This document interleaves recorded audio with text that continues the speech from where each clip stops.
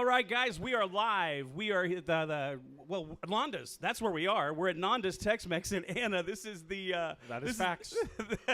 What's that? So that is facts. It We is are, facts. in fact, at Nanda's. And this is the Den with Coach Seth Parr, but this is not Seth Parr that is sitting next to me. We'll introduce him in just a second.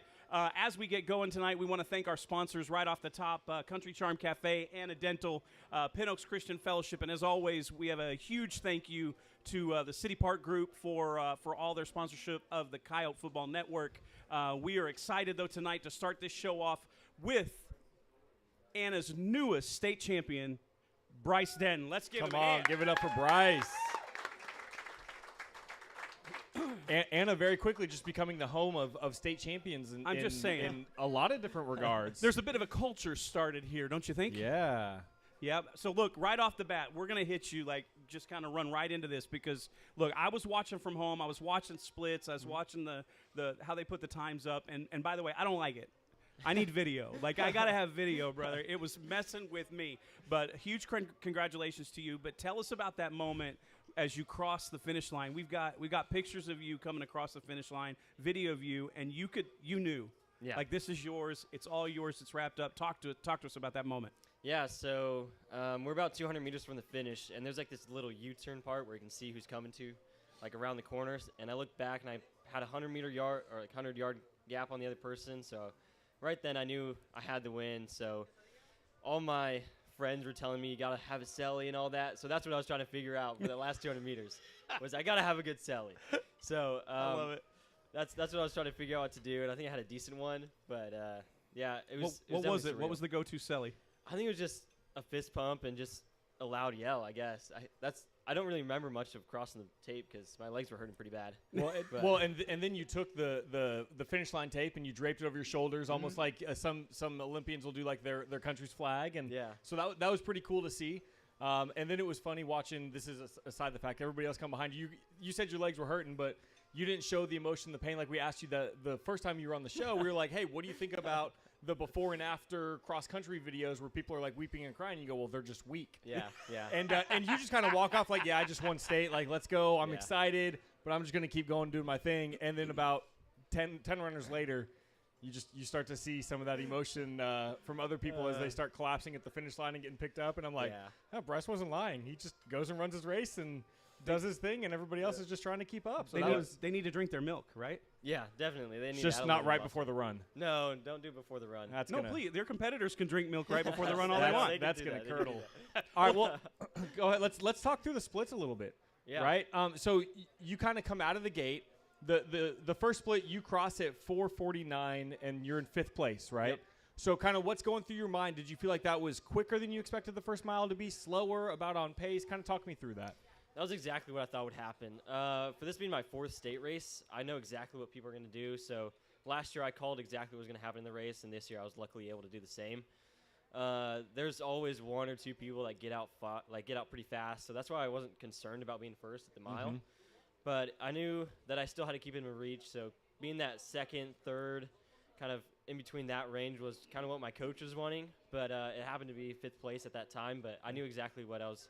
But there's a pretty good group, about 1.5 seconds, kind of within that time range. Yeah, exactly. There's some people that were able to do the work and kind of catch back up to that lead guy, and thankfully we were all in the group at the mile, and then from there I was able to take the lead after 200 meters of the mile, and it was about 1.2 is when I completely took the lead, and then I had control of the race from then. Yeah, second split came through, and Bryce's name is on top, right? And I'm jumping up and down in my living room, seeing those numbers come across the screen. I'm like, he's got it. And then I'm looking at it like, no, they're still close. No, they're still close. And I don't know what's happening, so I'm freaking out in my living room, right? And I really, if you know me, I am freaking out in my living room for you. He's not just freaking out in his living room. He's texting me incessantly. And I'm like, yeah, I'm watching the race on NFHS. And that made me mad because I didn't know I could watch it. So tell us about that last leg there, that last split. Oh, the 9:46. Yeah, coming across at a 9:46. Yeah, there was one other guy with me. He was the only one I knew who was going to be with me, and I was able to hear a lot of his teammates and coaches saying that you got to do it for the state title. So I kind of fed off of that, and I did it for the state title and kind of dropped him at that moment because I did not let that happen. That's right. I mean, brother, you didn't just drop him, right? So you had a 1.1 second advantage coming through split 2, right? And you ended up with a 16-second victory. Yeah. Right. So what is the mindset that allows you to push yourself? I mean, like running a race like that in that time, your final time was 15:16, right? And some change. That is physically exhausting. My mind can't fathom doing that at this stage of my life. But you have the kick to kind of spread it to 16 seconds. Talk to me what it takes to do that.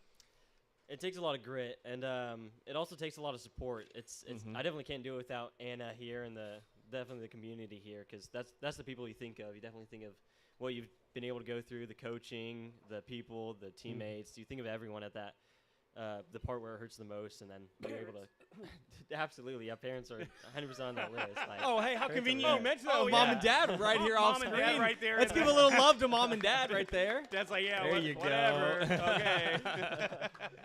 Yeah, definitely tons of support, and those are the people you think of in that moment. Because I think my mom afterwards, she told me she wasn't able to watch the race because she was so scared.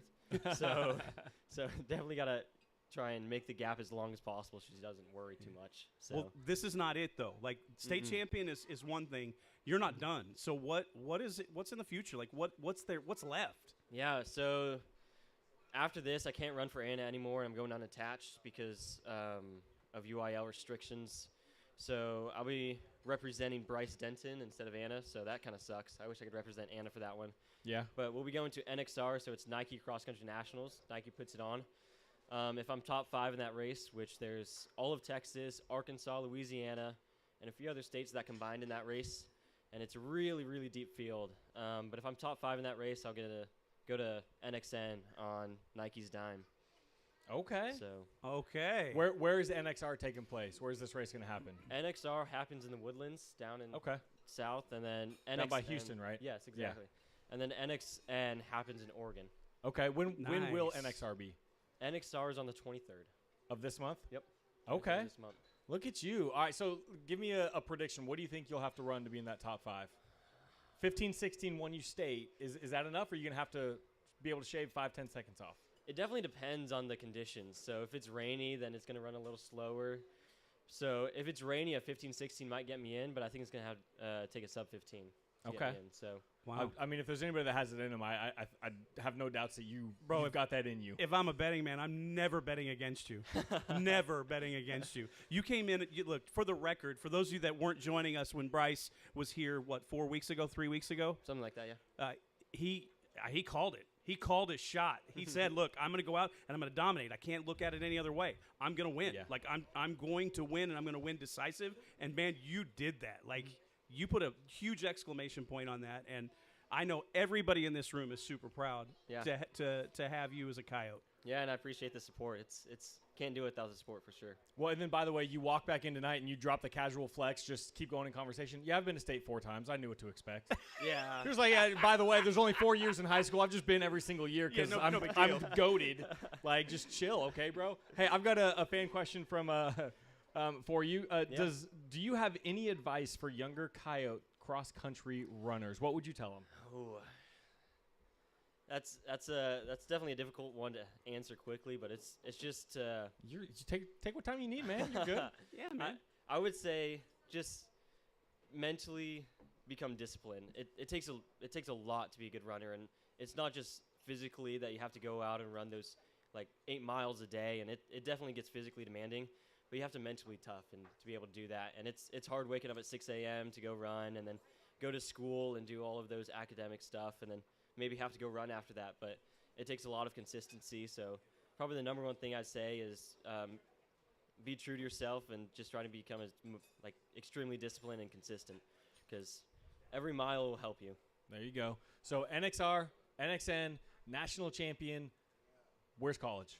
What are you thinking? Have you narrowed anything down? Yeah. Or can you not tell us? So I don't know what I'm what I'm able to say. Do you think I'm able to say? Yeah, okay, I'll say that. I'm being actively recruited to the United States Air Force Academy. There you go. That's awesome, man. Congratulations. That's a big deal. No big deal. I mean, no big deal. Just, elite school, like, some of the best of the best. Like, okay, whatever. It takes me 15 minutes and 16 seconds to get to the post, to get to my mailbox, just so you know. Like, so I'm pretty impressed. I'm a huge fan. Well, the football team's not doing great, so Coach Parr, if you want to come with me to the Air Force, but, we definitely Well, that's exciting, Bryce. Look, we asked to specifically have you on because we're so excited for all that you've accomplished, and we're always like impressed by like the humility, the understanding that you have of who has gotten you here. But ultimately, you had to put in the miles. Mm-hmm. Ultimately, you had to battle this, and no one else could do that for you. Mm-hmm. A state champion is not an easy task. You sit here a state champion, and it's our pleasure to have had you, man, here. Yeah. And congratulations. Yeah, I appreciate it. Thank you. Let's give it up for state champion Bryce Denton. Thank you, sir, for joining us. We're going to take a quick commercial break while we shuffle some things around. Awesome.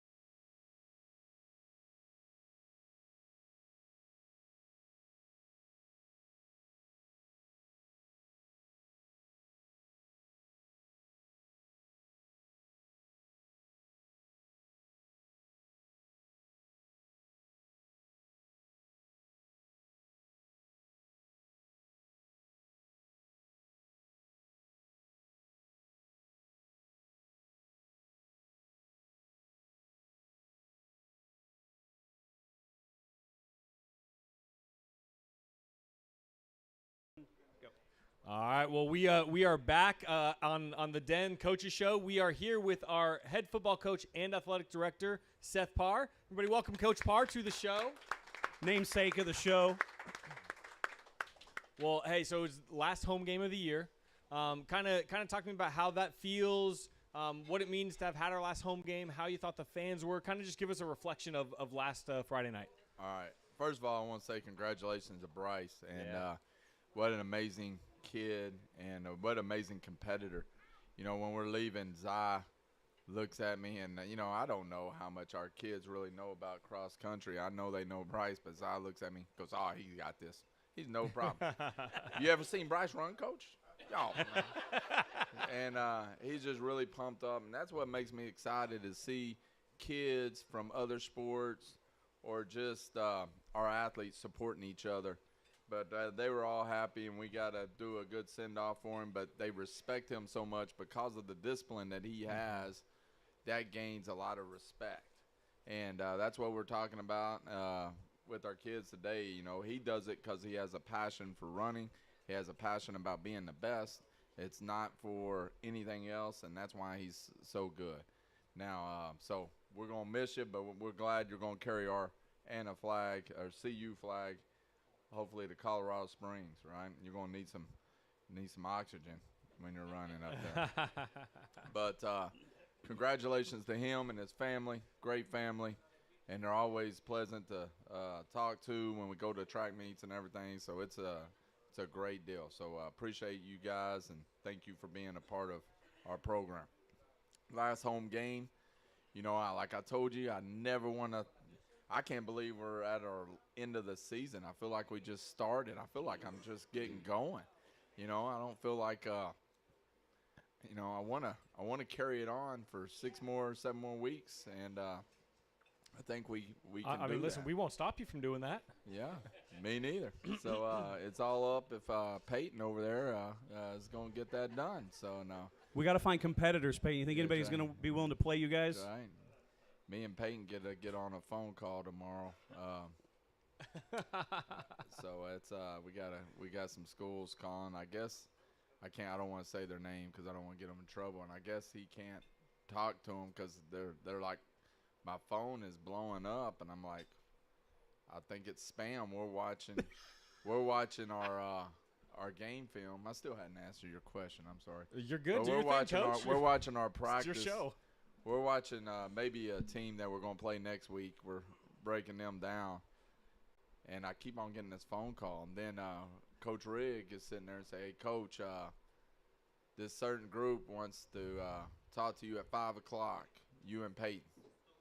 I'm like, why they want to talk to me and Peyton? And I started figuring it out, started putting it to, and they're like, they say they're calling you. So I didn't know if it was the fire department or the police or some insurance.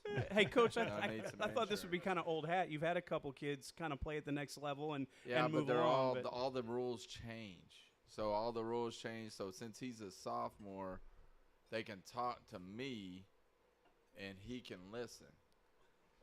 It's like Nice. that Friday Night Lights Nice. scene where Michael B. Jordan goes up to what is Oklahoma State and So I feel like I'm being talks to the dad. used a little bit. And they'll tell me, they'll tell me how good we're doing and how good I'm. I said, Yeah. just cut to the chase. I got things to do. If you want to talk to him, just sit there and talk to him. You don't have to butter me up. I feel like a turkey going into Thanksgiving dinner, you know. But it's good deal. So we get to talk to him. But going to the home game, I feel like we're just starting. Crowd was great. You know, usually at a game like that, 10th game or 9th game of the year, you don't get a lot of fans. I think we did senior night, which was good, and we had veterans night. But a lot of people that came out and supported. That's the so great thing about this community, right? It's all purple. They're ready to go. The flags, Scott Roop did a great job with our flags. People don't know what he does. You know, he does the concessions. He does flags. And he's a football operations guru right there. And he did get a flip for our time last week, and I got criticized that I never win a flip, and I brought him in. He lost it too. So, but he got it everything Clark and the quarterback club with the pageantry of the tailgate, the voice of the Coyotes, and he's not leaving out my ads, so I'm really happy with him right now. We're getting the Heatherly first downs and everything working, and I have Dallas Morning News people that say when they come to games, they hope they get Anna games. So, you know, that's what we want. That's what we want to build. How much you want to come here, but I can't believe it's the last game. Can't believe the crowd was that well, and you know, had a lot of people because you know it gets tiring. You know, you're never as good. The crowd's usually not as good the last game of the year as even if you're winning as it is the first game because we're human nature. You know, when it's new, everybody loves going out there and everybody. But just like Bryce, you got to wake up at 6 every morning to be good. So you got to have the discipline. So I'm challenging everybody to get to the game on Friday because there's going to be some guys that, you know, you're going to win. You know, you're going to do this, should win. You're not going because we should win. You're going to celebrate the win. There you go. All right. It's going to rain. It's going to rain on me too. All right. It can rain on you as well. All right. You'll survive. All right. But our kids need to get there and go there. And we're trying to move the game up. And I got shot down. Tried to move it to Thursday. Got shot down. And I said, we will give you the gate if you come here. And still shot me down. So I didn't. We're gonna play on Friday. Okay. All right. And then they said at halftime that we might not have to play after halftime. I said, oh no. Mm-hmm. We're gonna play that whole game. You wanted to wait till Friday. You're gonna play the whole game on Friday. We're gonna play the whole game, and we're gonna wait in that locker room as long as we have to play that whole game. So we do have. So everybody put on your patience pants is what you're saying. So Y'all if we get into a lightning delay, we're gonna wait. Yeah, y'all can leave. Y'all can leave after the lightning delay, but we're gonna stay. And we're right now leading the DFW in points. I think it's 51 points a game, and I think Lovejoy has 50.6, or am I off one? 50.6. I think it's the other direction. We're just under them, aren't we? No. We're just above them. We climbed. Don't cheat me. No. Past the field. Last we Don't talked. cheat me. Yeah. Last we talked, we I'm were a gonna half a exit point stage under left them. real Now quick. we're a half a point over. Now them, we're but half a point they're over. playing Memorial and we're playing Liberty. Oh wow! So we're gonna make sure we keep up with that score at there. So Gotcha. some things Gotcha. you win. Well, Things you win. So speaking of playing, right? Speaking of the game, last week we had a lot. We got to see a lot of players. You know, when we do the stat show, we talk a lot about our ones. Occasionally, we get to talk about those twos, those guys who are on the bench waiting for an opportunity. A lot of twos got in this last game. And as we kind of talk about those guys, we wanted you to talk a little about your impressions on those twos and who made a big impression on you as they played late into that game. Well, it's always good to get people in the game. They practice, so when you get practice and you get them to go in the game, it's that's something rewarding. But I tell them, if you want to score points and we want to lead this, our number twos, we're not going out there to not score, or we're not going out there to not stop them.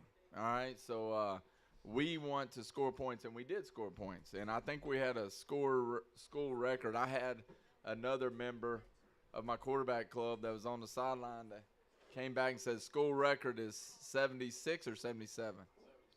77. And we were close, I think. And then everybody wanted to get it. I said, well, hold on. We got to do it in the right way. You can't just go in there and put the ones in. They got to score, and that's a whole other story that I'll bring up here in a second. And then they fumbled the ball like on the 20, and we ran one and got it to the 3 and fumbled on the 18-yard line. I said, God knew. He said, don't do that. Yeah. So he giveth and he taketh it away. So, yes, sir.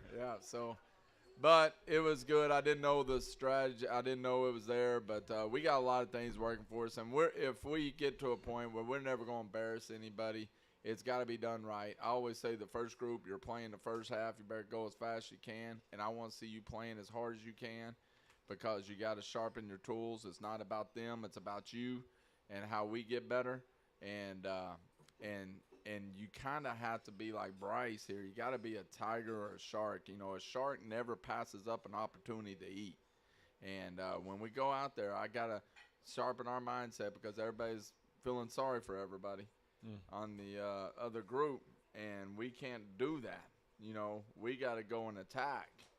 And then when we go in, everybody else has got to get in, and they got to play. I just want to go on the record. Coach Parr called me a shark because I never pass up an opportunity to eat. Yeah, that's right. I just want everybody to know that I'm a shark, Yeah. right? I'm not a teddy bear. I'm a shark. Yeah, that's right. That's why I'm a shark. I want that to be known. But we got to get through We're that. so far off the rails. Yeah. We are so far.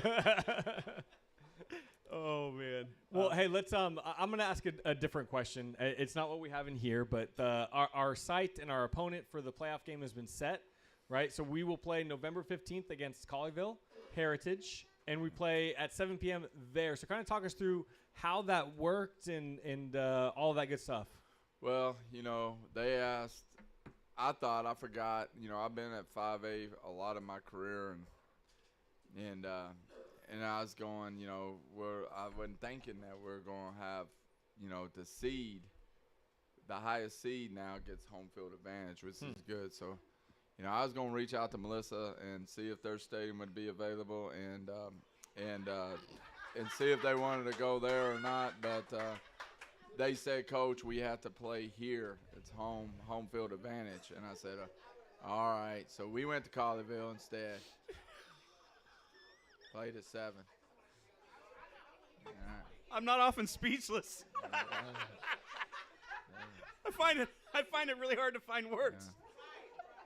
Would Melissa have let us bring Vuvuzelas? That's the question. No, and that was a deciding factor okay, in the whole deal. No, good. There That you was go. what it was. It wasn't that it might have been busy that night or anything No. like that. What? Yeah. Well, It was open. So we ended up playing there. 7 o'clock tip. Did we get to flip or 7 o'clock kickoff? Did we get to flip for kickoff time, or was that kind of just set? Yeah, that's in where stone? we brought Roop in, brought our closer, and And he went in there and gave us, well, how you do it is you get there's a coach's guide that has every phone number in there. And you pick a town. And they say the last digit, you go odd or even. So he was looking at a town, and he picked Silverton, which is kind of crazy to me because, number one, I know where Silverton is. It's 15 minutes from Ann. Not very many. Home of Bob Wills. Bob Wills is Turkey. It's right by Turkey. Silverton's by Turkey. Silverton is by Turkey. 20 minutes. That's close in West Texas. Yeah. That is factual. That's right. That's a hop, skip, and a jump away.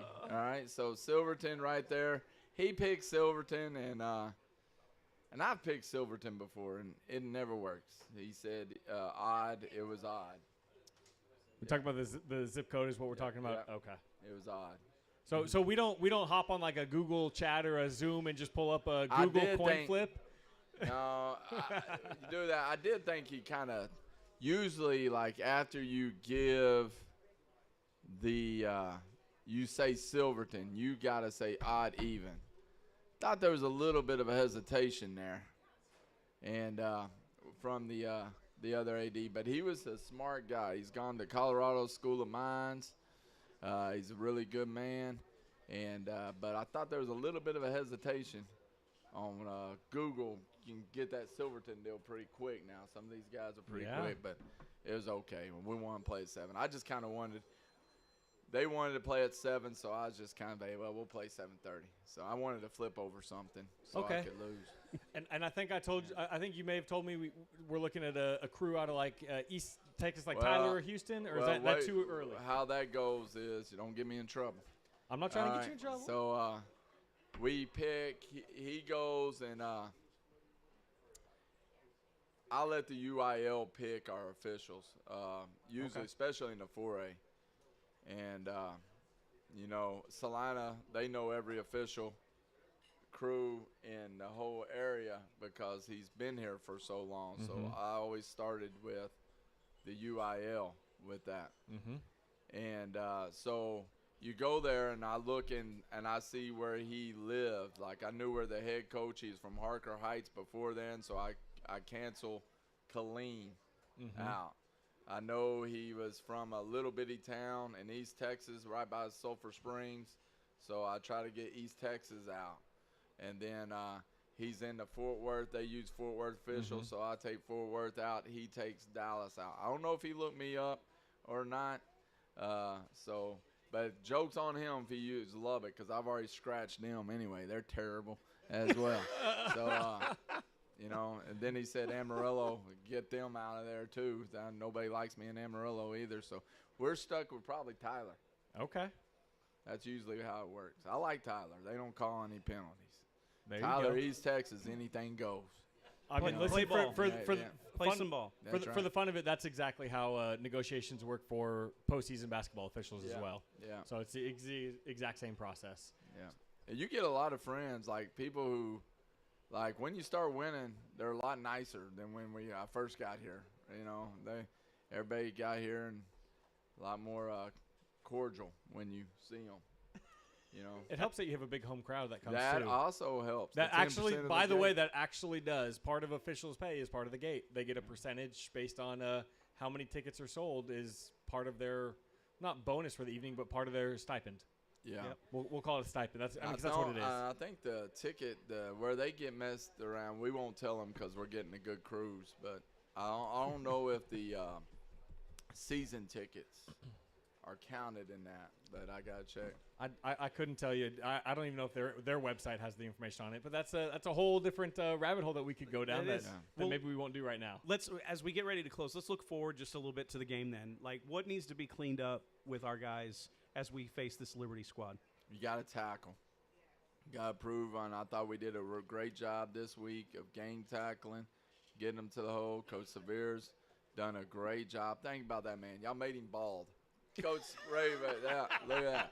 Came in here with a full head of hair and thought he was getting the 2021 or 2023 defense, I'm sorry, state championship defense, didn't know that everybody graduated.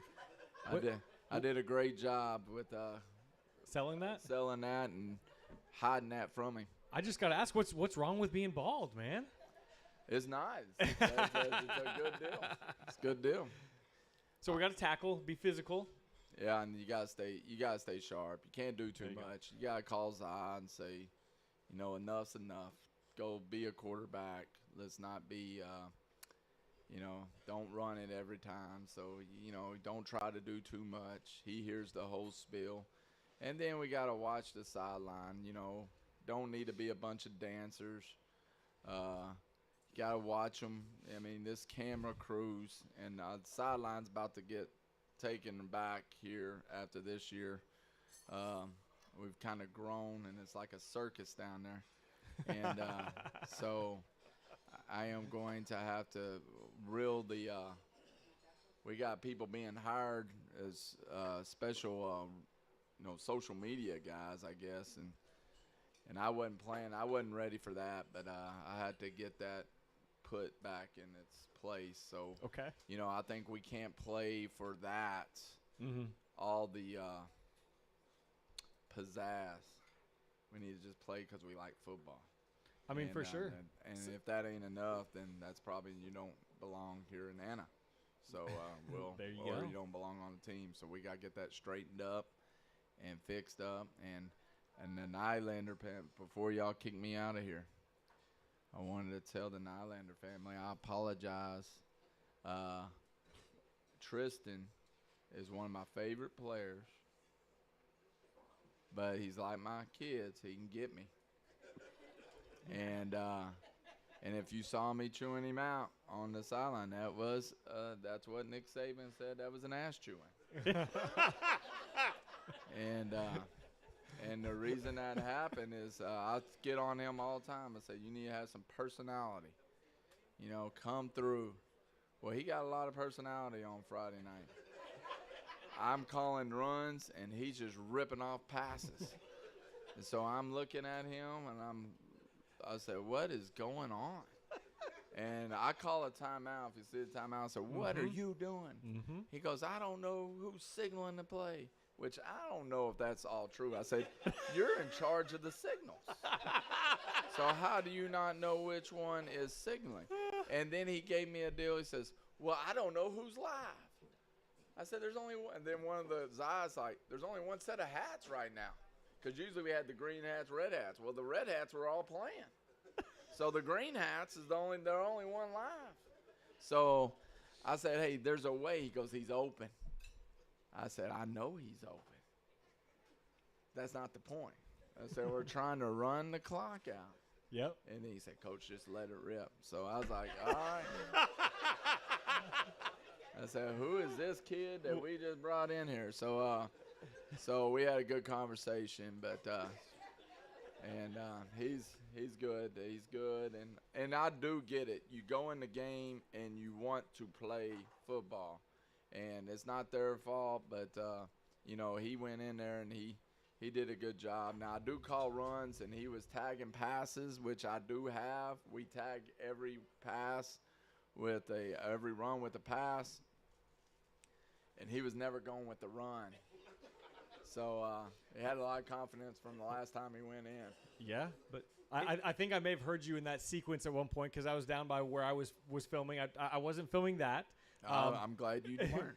I turned the camera off, but at one point I heard. I might have heard accidentally gotten some of it. I'm just saying for the record, but I deleted it. There you go. Well, I heard you at one point yell, "I called dash left, and and then he said something about a pass play, and I kind of turned away and said, I'm gonna walk away for a minute and let coach and his quarterback work this one out. I think everybody that's here that's invested in Coyote football is probably going to agree with what I'm about to say next. It goes to how you view every player, right? You coach hard, and you coach these guys to a level and a standard, and that standard doesn't drop off if you're coming off the bench. That standard stays the same all the way through, and I think that's one of the things why everybody here appreciates you so much, is because you care that much. And I get on to our guys, like nothing irritates us more is when we see a starter not cheering for the group that they're in. So we had to get them up So get up, go and support your guys, and because they're our guys, and everybody. I mean, I never when Tristan throws a touchdown pass, I love to see the explosion on the sideline because everybody's happy. But that's the stuff we need to work on. We need to be about, we call it we fence. It's not an offense, it's a defense, it's a we fence. And we got to be able to play that way. And that's not just that's all the time and on the sidelines and everything else. Well, there you go. So, hey, the message to Zai is don't hurdle into the end zone Friday night. We got a playoff game coming up. And, hey, Coach, message for you. Just let it rip. Hey, let it rip. Let it rip. We'll see if we can get that done. I don't know. There you go. Good luck to you, Coach. Thanks, Coach.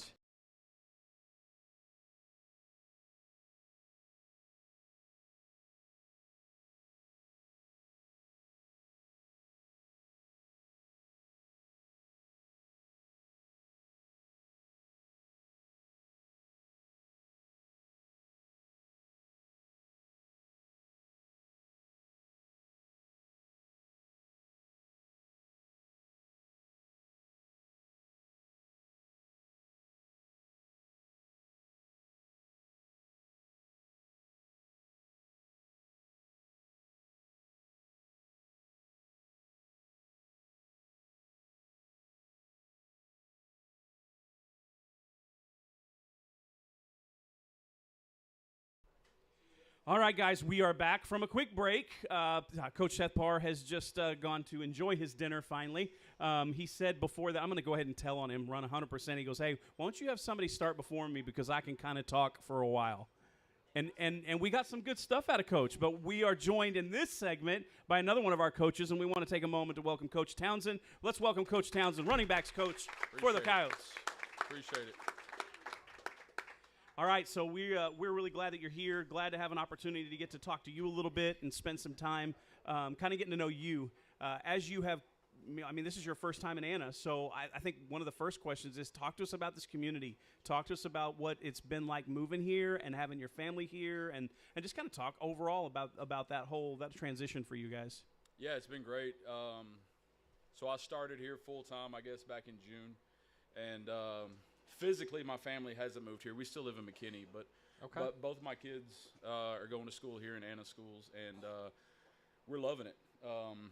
I love the community. I love how it's a one-horse town, and everybody's all in on the Coyotes. I love the Friday night atmosphere.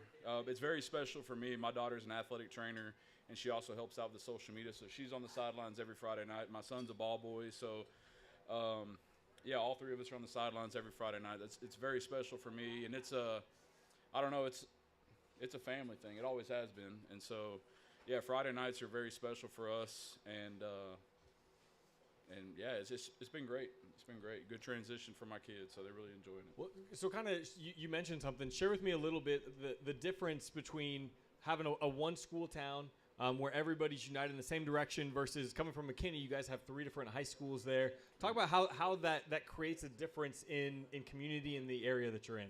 Oh, it's huge. I mean, yeah, when you have resources divided amongst 3 schools and everything has to be fair, here, I mean, everything's all in on the Coyotes, and whatever resources we can pull together here and put into the athletic program, it's just phenomenal what all can be done.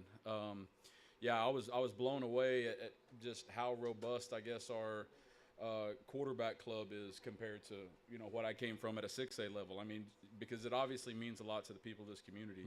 And I was at a one-horse town before McKinney. I was at Huntsville. Okay. But even then, it was kind of divided because they're not the only show in town. There's Sam Houston there, and so yeah, it's just special here, and it's obviously riding a high from coming off a state championship. There's a lot of momentum here and a lot of energy, and yeah, I love that. So. Well, there you go. So, hey, running backs are your main responsibility, right? I'm just going to say this. Talk a little bit about Chum Bucket, Mr. Superman himself. Why don't you kind of talk about what it's like working with him and the kind of work ethic he has? Yeah, so he's a phenomenal athlete. Obviously, I call him like a Swiss Army knife. He can do a little bit of everything. And my big thing is, coming in here, I know what he could do. So my big thing was don't do anything to screw him up. There you go. Let him do his thing. And there's to be honest, he's taught me a lot of the offense. He knows more of the offense than I have known coming into it, and so he's taught me a lot. And yet, coach, this is the way we do this. This is the way we do that. Where I've kind of helped him a little bit, or just kind of imparted my knowledge, is with his mentality and approach towards things. Because physically, he's got all the tools, that you could ever want. And so, yeah, it's been unique coming into a situation where I'm coaching a senior, who is the MVP of the state championship game. So a kid with a lot of talent, has already had a lot of success and can do a lot of good things. I'm coaching, small details with him. And, it's been awesome to see, him progress through this season. I was thrilled at halftime of this last week to go in and tell him, man, you did it. You hit the 1,000-yard mark. Yeah. And that's a huge milestone. And so, 1,000 yards, and I think he's at 23 touchdowns on the season, if that's correct, between receiving and rushing. Which makes him, we've done a little bit of this work. We haven't talked about it on the stat show yet. We're saving it. Go ahead. It teases as he jumps up in the top 50 in the state and looks really good. He's just, it's been a lot of fun to watch him. But the fun thing is he's translating what he's doing into other kids, others that you get to coach as well. And so, real quick, before we touch on him, can I ask one follow-up about Chumley? Yeah. So I'd like to, as he's kind of coming onto the scene, not for here in Anna, but I think he's getting on the radar of some college coaches. Coach Parr was talking about how he's playing conduit for some of our underclassmen, and he receives that and has an opportunity to pass along some messages. What would you say to college coaches who are starting to see Edward Chumley jump on their radar? What would be your message to them? Somebody's going to get a gym. He's a diamond in the rough, and it's hard for me to explain just how talented he is and the vast amount of tools that he has. He could come in, I believe, day one and be a contributor on special teams. Easy. And obviously he could do things, coming out of the backfield. I think there might be a concern from some coaches about him being undersized or his weight, but he plays much bigger than what he is. Mm-hmm. And it's, I try to get the word out. I've been talking with the coaches from Midwestern. He was actually on a visit there this last weekend. And so, there's coaches that know about him. Obviously, we put together his highlight video this last week or 2 weeks ago. And, I check that, on occasion to see how many views he's gotten because, he needs some recognition. And people need to know about him because he's a special player for sure. And I think I think whoever lands him is going to get a special athlete. He's certainly put together a special year for sure. Well, I would say if the weight is the question or the problem, that's why you have a strength and conditioning program, and that's why you got those things at your university to get him to where you want him to be. Right. So awesome. Thank you for taking that second to kind of do that and plug him like that. Yeah. Well, and he's not the only one. Like this last game, we were able to see some guys, especially some younger guys, which has been a lot of fun. And Farrell has been one of those guys. I'd love for you to talk a little bit about him and specifically talk about what some people need to know about this guy, this young runner that's behind. Because, everybody's worried. I think everybody who's a fan of the Cows is like, man, look at who we're losing. We're losing a state champion MVP. You're losing this guy who's putting up 23 and counting touchdowns on the year. Yeah. So what is Farrell got in and took advantage. Tell us a little bit about him. Yeah, so we call him the feral hog because he's big and strong, and he's a tough kid. Totally different style of running back from Chumley. But he's a strong and physical runner. And he's coming in. There's still a lot that he's got to learn too in the offense. But when he sees a hole and hits it, he gets downhill, and he's a tough takedown. So that's what I always preach to the running backs is you've never ever let one guy take you down. It better be a whole army, multiple guys to bring you down. That's what it was on Friday night. The thing I hate the most is, he did have a turnover inside the 5-yard line going into score, which sickens me because what I preach all the time to running backs, your two jobs is take care of the quarterback and take care of the football. And going into the game 2 weeks ago, it's been 3 years since I coached a back that had fumbled. And so Chumley fumbled, and then, Farrell, I got one in back-to-back weeks. So it's, I don't know if I need to get my resume ready or what. But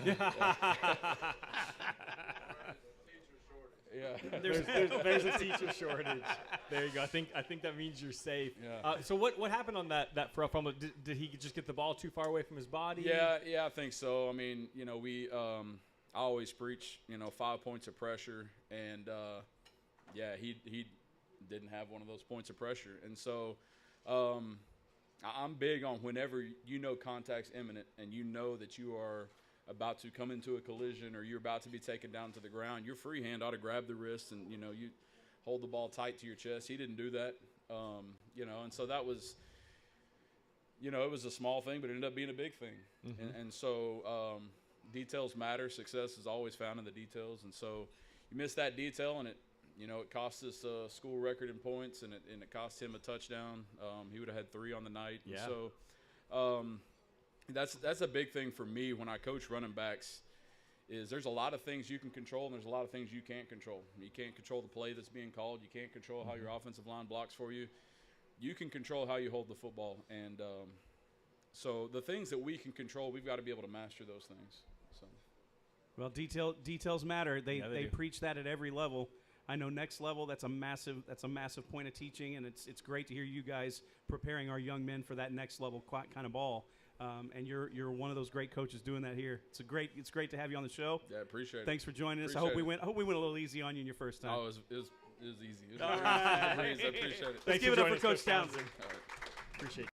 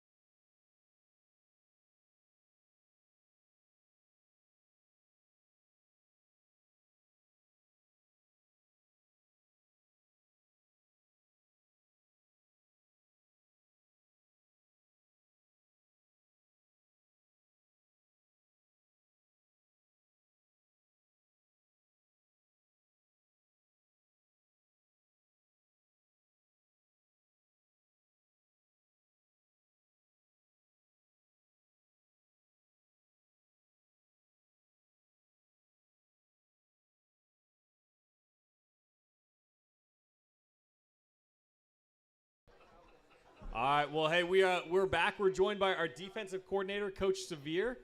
Hey, let's kind of give him a hand. Hey. Give him some love. I always end up with these questions. Let's jump into it. Let's celebrate a little bit, right? This isn't shade about them, but this is celebration of what your boys did. Negative 34 yards rushing. Okay. Say it again. Negative 34 yards rushing. I just want to make sure everybody heard it. I don't know. I don't think they did. It was negative 34 yards rushing, right. Negative 0.97 yards per carry, 38 total yards given up on the night. Talk to us a little bit about that performance and some of the celebrations you saw. I know there's some things you want to clean up too, but kind of celebrate some of the big performances. What impressed you the most? The most impressive thing was it was just the complete team. You saw a lot of different guys contribute. It wasn't one player having a good game or just one guy making plays, but there was guys from all 3 levels making plays. We had D linemen making TFLs and sacks. We had DBs getting some picks and big tackles and big hits, and we had some linebackers closing to the ball really well. And so I just thought as a defense, as a team, we played the best complete game. And that's nice to see coming into the end of the season because you want to be playing your best ball. So, it's just been a year where they were growing and then getting better and better, and it was kind of nice to see all the parts hit at one time. It's a pretty special evening when your defense can punch in more touchdowns as a defensive unit than what they end up giving up to the opposing offense, right? And so that's pretty incredible. And then on top of that, like we talked about a lot on the stat show, 20 tackles for a loss. Yeah. That's really incredible. And I think, one, that's a hats off to you for how you've been working with them and preaching this toughness mentality and fly to the ball and hit and stick. So that's a big deal. But I think, Phil, you kind of got that next one. There were some things maybe that you want to clean up, right? So Yeah. what needs your attention? As we I go mean, this week? there's always stuff. Coach and I talk daily about like who's, different coaches, and we're both kind of into this guy at Indiana who's turned Signetti, who's been turned Indiana around pretty good this year, and he's got a lot of good sound bites, and we just talk about coaches throughout football that we want to learn from and we get pieces from, and always just trying to get stuff. And I saw something he posted on Twitter last week, or someone posted something about him, and he talked about how when they're winning, he's a little bit more on them, right? He's a little bit more aggressive and challenging guys, and he's trying to keep that urgency on the sideline. So it was kind of funny because at halftime, Coach G always comes down from the booth, and the new rule in UIL this year is you can have an iPad up there, and you can watch the plays that are filmed if you can stream it. In Denison, it wasn't working, but every other game it's been working. So, after a series, I'll say, hey, what happened on this play? It looked like it did this. That's what happened? No, okay. Well, let's fix it. And so we'll talk about how to fix things, or, what they're doing to attack us. Well, anyway, they weren't having a lot of success when we were. And I was like, Mike, pull up like 3 plays where they had, a positive gain or something, right? So he pulls them up, and so I find a play where I thought our effort wasn't great right before halftime. It was literally like the second to last play before halftime. And so I pull up the clip, and I go in there, and I just go down and undress pretty much every guy. And they're like, this guy's not doing this. This is terrible, and so the kids are all excited, and they're like, man, we're doing this, and I go in there and just rip every single one of them. That was on the field at that point, and just trying to make a point that, like, the standard is a standard, and just because we're up big doesn't mean we can go out there and put that performance on there. And I made an analogy that some of them loved, some of them probably didn't get, and I won't share it.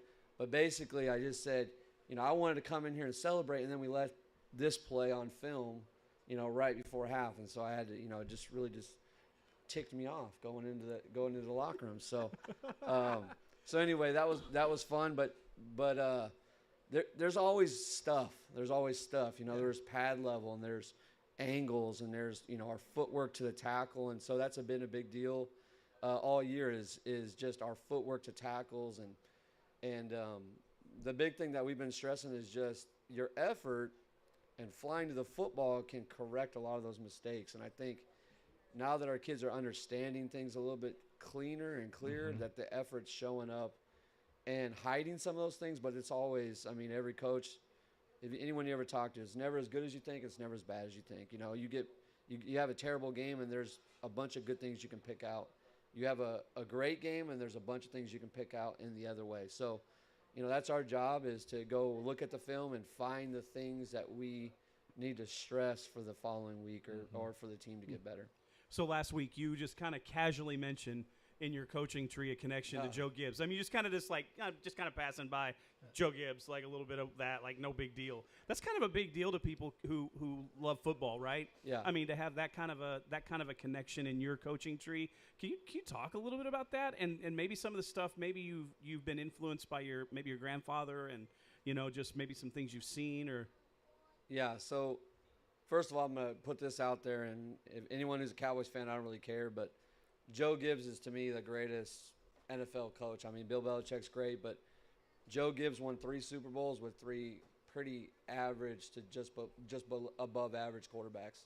And in a game that's driven by quarterback play, to win 3 Super Bowls with 3 different quarterbacks and none of them be NFL Hall of Famers or even a lot of Pro Bowlers, to me is ultra impressive. So I've always kind of, and maybe I'm a little biased, but I've always held him as maybe the greatest, if not one of the top coaches of all time in the NFL. But my grandfather and Joe Gibbs played on the same college football team, and they went to San Diego State. My grandfather was the quarterback, and Joe Gibbs played on the O-line. You guys probably don't know this name, but a guy named Joe Bugle, who was 30-year NFL O-line coach, was on the same team. A guy named Dave Lay, who was my grandpa's best friend, was on that team, and he coached in college football for 25 years as an offense coordinator. So it was a really cool group, and their head coach at the time was Don Coryell. And I think Coach Parr would probably appreciate Don Coryell because they could light it up. They could light the scoreboard up. So my grandfather was his first college quarterback. And so pretty cool because later on, my grandfather was kind of like a math whiz. That was kind of like, it was just something that he was really good with numbers. And he was a high school head football coach. And Don Coryell was the head coach of the St. Louis Cardinals at the time. And Don Coryell called my grandpa up and said, hey, I want an analytics guy. I want a guy to come and help us figure out some tendencies we have and tendencies other teams have. And this is really before computers. So he said, you're like the best math guy I know, so I want to bring you in and have this, this position for you. And my grandfather said, I'm only going to take it if you let me coach, because as cool as it sounds, I love coaching. I love coaching football. So at that time, special teams was kind of like an afterthought. It was kind of like, hey, just line these guys up in a position, run down the field, tackle the guy with the ball. They didn't have a lot of time for it. So Don Coryell said, all right, you're going to be the analytics guy, but you can also be the special teams coordinator. So at that time, it was only my grandfather and Dick Vermeil were the head special teams coordinators in the NFL. So he was one of the first special teams coordinators in the NFL, and kind of happened to, it's who you know, and got into that spot. And Don Coryell obviously had a lot of success, and then Joe Gibbs was on that staff. And so Joe Gibbs, when he got the Redskins, took my grandfather with him. And, it's why I guess they're not the Redskins anymore, but I still call them the Redskins. Yeah. So that's why we grew up Redskins fans, and Joe Gibbs and my grandfather were best friends, and they're not best friends, but really good friends, and coached together a long time. So that's the connection there. But it's it's pretty cool growing up. I didn't know any different, but as I got older, I got to kind of figure that stuff out a little bit more. I'm sorry. I'm just sitting here. My mind is just swimming with all of the names that you just casually Right. dropped of that are in your family's coaching tree and all that. And it's There's one in my family tree. He just knows people. So. Well, I mean, look, we all season long, our job is to try to pull out of you guys, and I think Rig tries to make it a game of, how can he answer our questions without saying absolutely anything at all, and so we're trying to draw a little bit more out of you guys and have some fun with it, and that was really cool. There's some great experience in our coaches. And this is just another one of those ways we get to kind of find that out. And so, Coach, thanks for sharing a little bit of the history problem. and kind of where you come from and how you got to here in that regard. Like that's pretty cool. No problem. Appreciate it. Yeah, man. Can I give a shout out to my other daughter? I brought my Of other course, daughter. absolutely. Ainsley's over there. Hi, Ainsley. Ainsley, we asked your sister last week, how did he do on a scale of 1 to 10? How did he do? She's not going to answer. She's a wild card. Thumbs up. Just ask her what team she's on. Oh yeah, what team are you on? Yeah, the Coyotes. There you go. Hey, Coyote hard. I love it. Is she getting ice cream after this? She's getting ice cream. She's getting ice cream. I got to ask, what was the ice cream order last week after the show? We went right over here to Cold Stone. Okay. And it was maybe they'll give us a advertisement. Some sponsorship money. There you go. Maybe we can get Cold Stone to give us a little sponsorship money. But we had I think it was cookie dough or something. I don't know. But Nice. There you go. we were trying to do the spooky thing, but I think she didn't. She put like the spooky character sprinkles in there. So Well, Halloween themed. Well, Coach, we look forward to watching your defense back at work this Friday. Thanks so much for spending some time with us. Thank you. I appreciate it.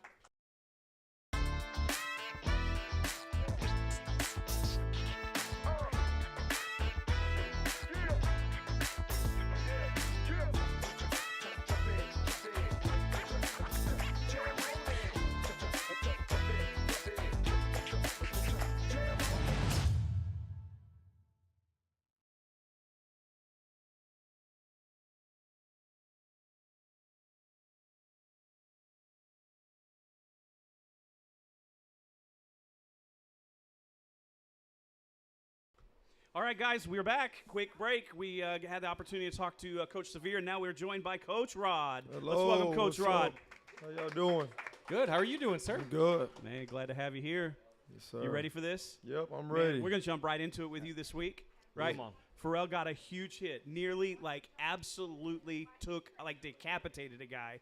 Can you talk about that play a little bit? Oh, yeah, man. So Pharrell is sprinting just down the field, and he's finally did a good job of reading his indicator. It took a few weeks to be able to read his key correctly. But anyway, just the effort that he was giving, just being able to fly down, we knew he had the speed to do it. And then as he's, pursuing the ball carrier, the technique is not what we want when we tackle, and Coach Severe could go into details of that, but he just goes and just kind of lowers his shoulder and just blows this guy up. But it did a great job because it fired our sideline up, and it got our defense ready to go. But we were all like, wow. I know you guys always talk about violence and playing violent and playing, playing through a tackle and all, but he went through the guy's soul. That was crazy. I thought he was, for a second, the one running the ball and delivering the ball, because that's what he usually does when he has it. But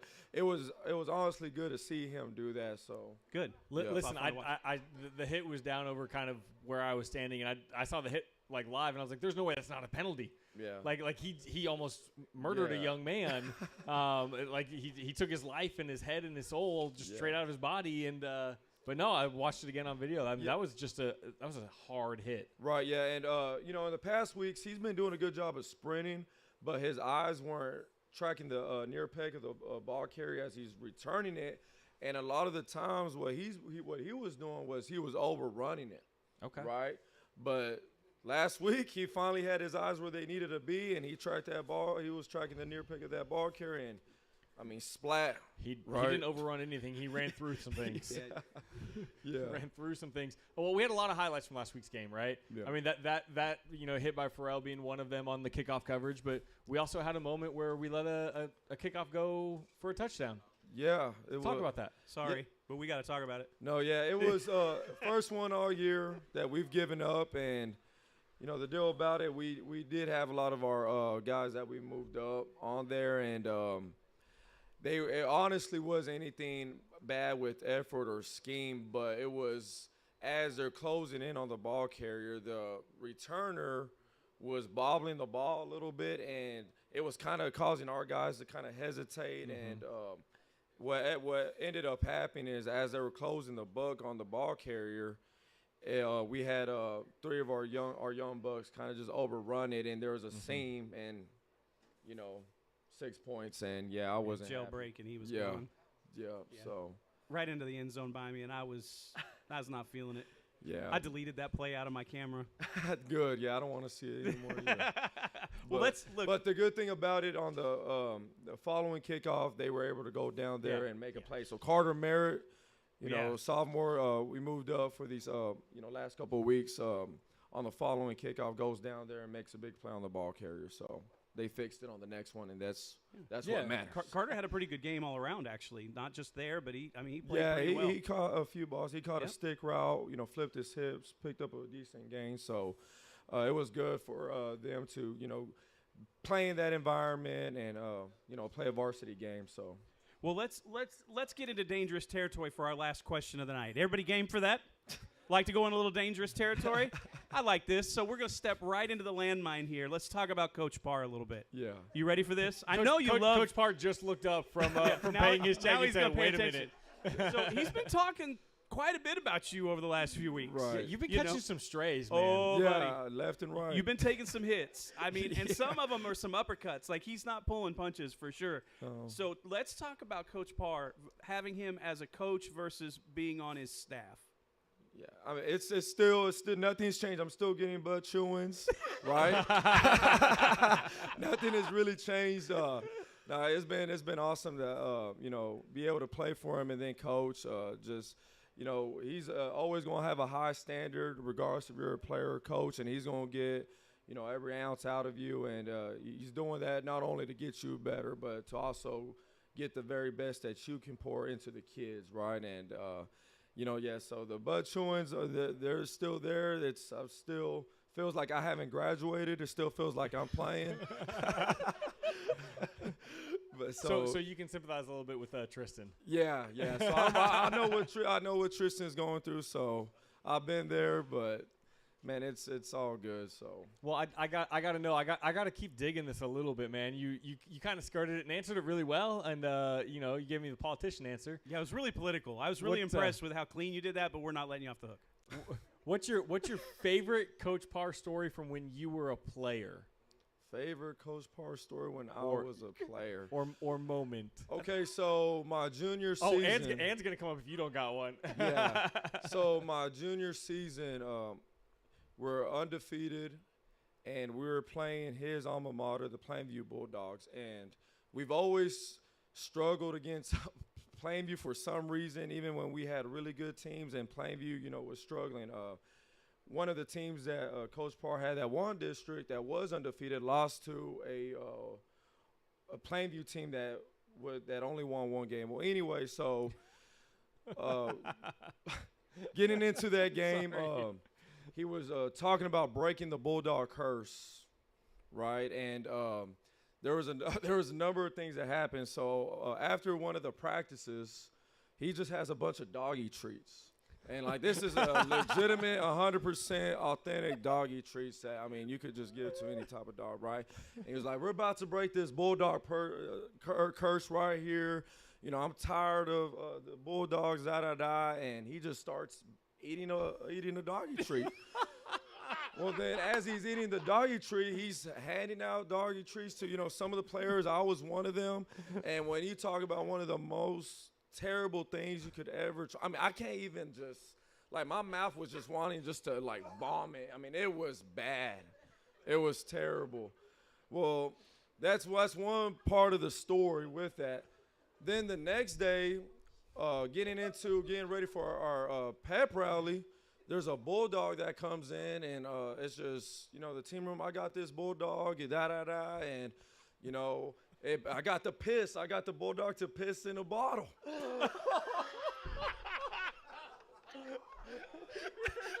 So, this is the drink that I'm going to take because, man, again, I'm tired of this curse, da-da-da. And, I don't know what was in the in the water bottle, but he just goes in and just, starts spitting it out. And, it fired the team up, and, hey, we broke the curse. Hey, we broke the curse. There you go. We got the win that night, so it works. When you said we were off the rails earlier, you had no clue what the rail really was. That's off the rail. I never thought I'd hear a story of Coach Parr eating dog treats and pretending to bring in a bottle of dog urine into the locker room. Look, we asked for insight, and we got something. I don't know if it's inside or not. Look, Coach, we're obviously really looking forward to this game. Looking forward to see your guys get out there, special teams wide receivers to do their thing like they always do. Yeah. Thank you for being here tonight. Thank you for waiting to be last. Yeah.